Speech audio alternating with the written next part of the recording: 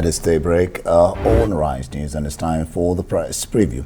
First look at this day. This day has as its headline, This Day projects with Northern presidential candidate. PDP set to lose key southern states. It has about 5 riders. Decision makes Oyo, Delta, Rivers, Cross River, Abia, Enugu, Akwa Ibom vulnerable in governorship contest. Benue also susceptible. Party are likely to make appreciable impact in key northern states to compensate for loss in south. Autumn were yet to throw our ticket open. Ohaneze Bandev condemned decision by opposition party, says it's suicidal, a betrayal. And Fayoshe PDP must tread carefully over zoning. And of course, we just reported that the Bank of Agriculture MD just down how northern PDP candidates may stand. Bank of Agriculture MD Ali Hassan regains freedom from terrorists 8 days after train attack. Like I said, how northern PDP candidates may stand. That's that column, and you're looking there just below the headlines. Then what again do we have here? That's just about for this day. Let's go to the next paper. The Punch newspaper says zoning crisis threatens the People's Democratic Party. South insists on presidency. Some writers to that story, party in dilemma of zoning, doesn't want to appear anti-South. Ex-Governor Fayoshe buys presidential form, rejects Saraki's consensus proposal. And leading photo in front of the Punch newspaper this morning, pensioners threaten showdown with Fayemi Abiodun and Southeast governors as a retiree slumps. More on that on page 22. More headlines. COVID-19 tests, Senate protests Ghana's maltreatment of Nigerians. Above the nameplate of the Punch this morning, 2 die in former President Jonathan's convoy crash and others injured. Ex-Governor Atas slams Malami with 1.5 billion naira defamation suit.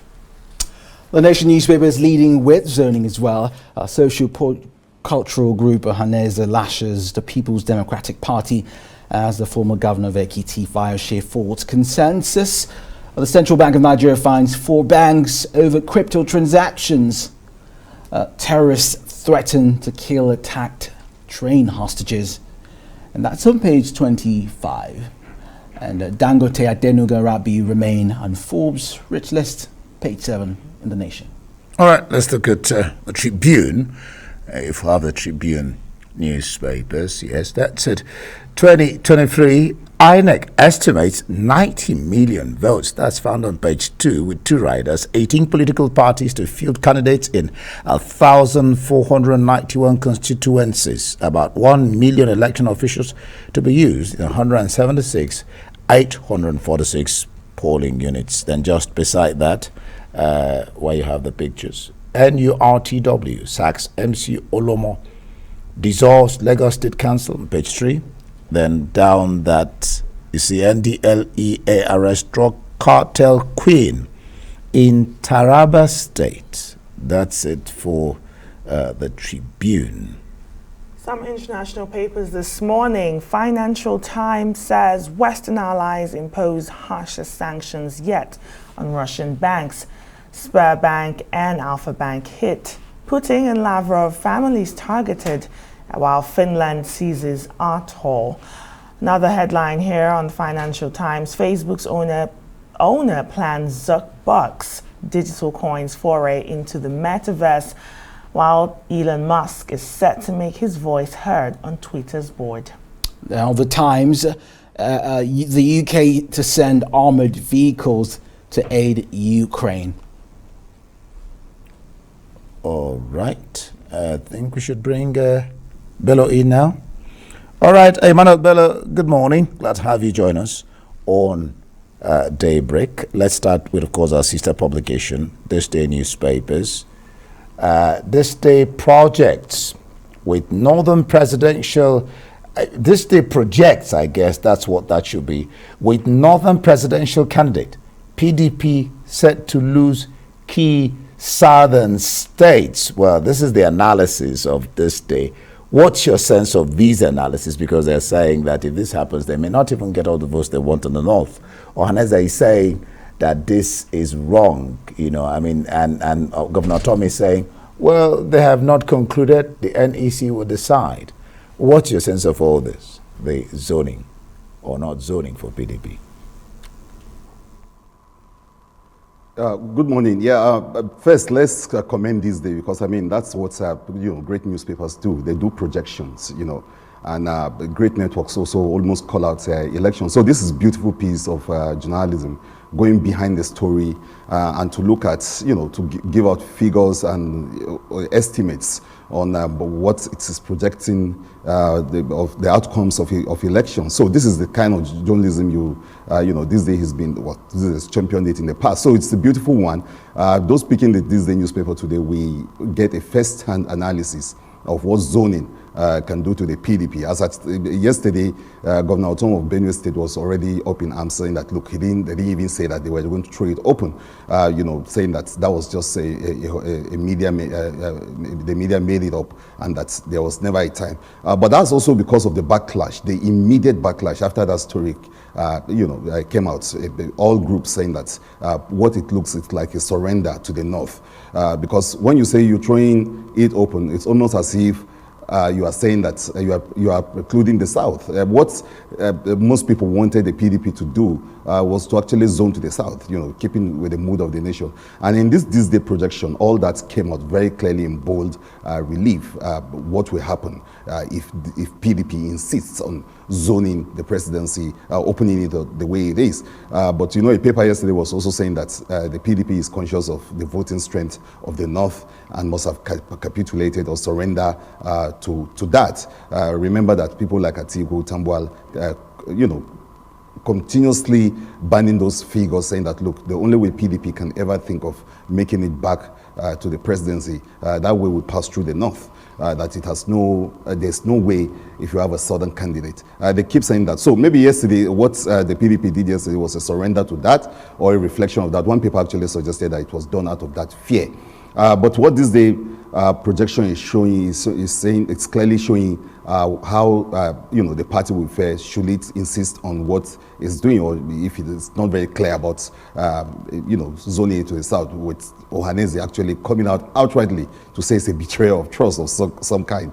Pandev also coming out so strongly with those are very strong worded statements that connotes that there's a disenchantment. And this you know, this chart is showing what could possibly happen, the states that they would lose, saying that, look, PDP doesn't seem, if you feel the northern candidate, there's going to be a backlash. And the backlash will mean that, you know, APC is just going to have its day because of those protests against what the PDP is doing. So I think this is going to force the PDP back to back to the boardroom, and for them to already Otom is saying that, well, look, a final decision has not been made about this, and that the NEC reserves that right to finally take a decision. But whatever way the PDP goes, the ThisDay projection is showing the clear present danger the party is facing as it relates to the issue of zoning. Yes, Emmanuel, 2023 general elections fast approaching. We'll definitely expect more projections. Now let's talk about what the INEC is saying.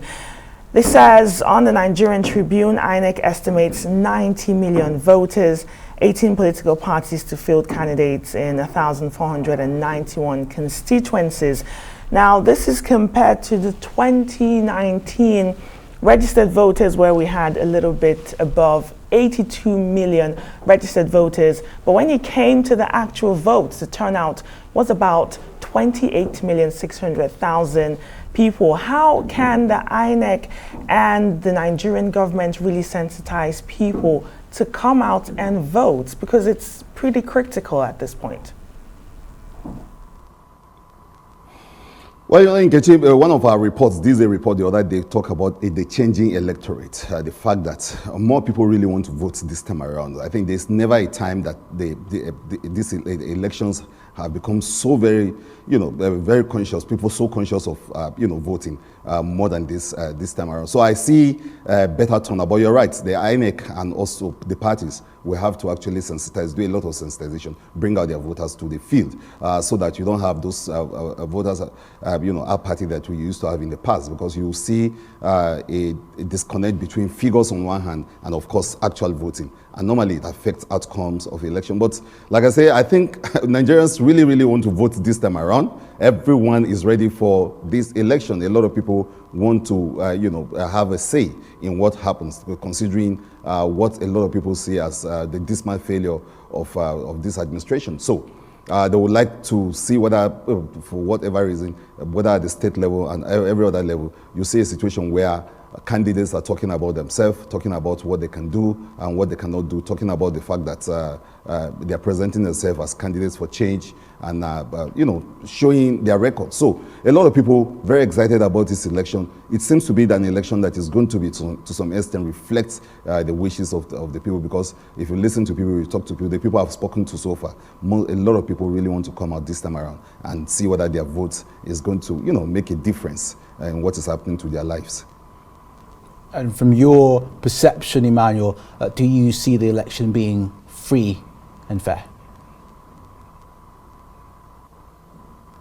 Well, INEC is insisting that it's going to do everything in its power to ensure that the elections are transparent.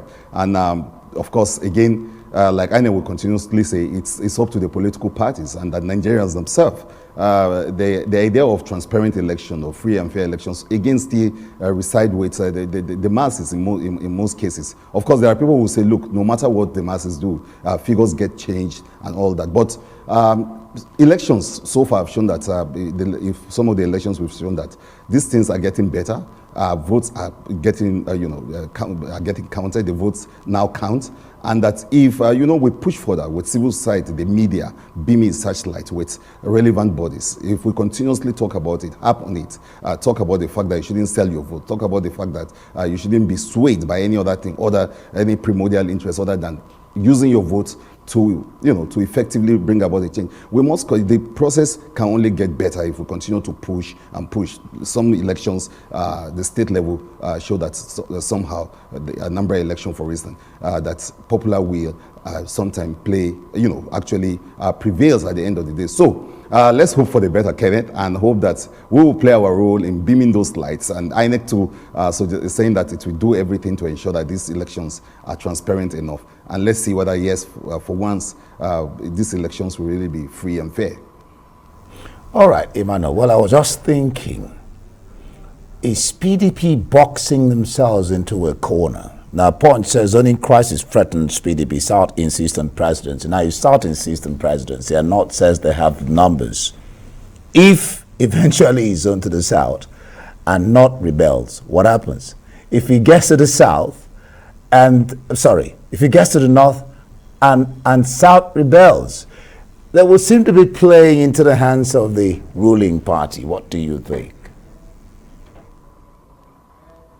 Yeah, I mean, I was just thinking the same thing on my way to this place and reading the stories. I was just like, okay, see, this is the kind of situation you don't want to find yourself. Head you lose, tail you lose. But again, you take your chances. And for many observers, those who are watching the whole process, they think that, well, the PDP should think about its constitution first and foremost, because that's what a lot of people, some of the speakers who spoke yesterday, say that, look, if you throw this thing open, first and foremost, you're even going against your constitution. Your constitution respects zoning in the first place.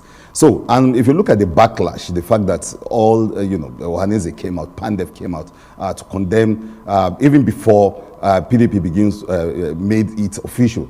That tells you that the mood of the country tends to say that, look, shift it to the South for the PDP. And that not many people can actually envisage a situation where after 8 years of a northerner being in power, a northerner will take over. So people cannot actually comprehend that. And I think, like they say, the mood of the country suggests that shift. And you're right. It's a serious situation. PDP also have to worry about the big numbers, worry about, the Saraki, worry about Tambua, worry about Atiku, worry about the big names in the north. But again, they have to also worry about the backlash that will come if they shift or if the zone to the north. So I think in almost an act of desperation, that's why they are not even going for zoning, even ready, to go against their constitution.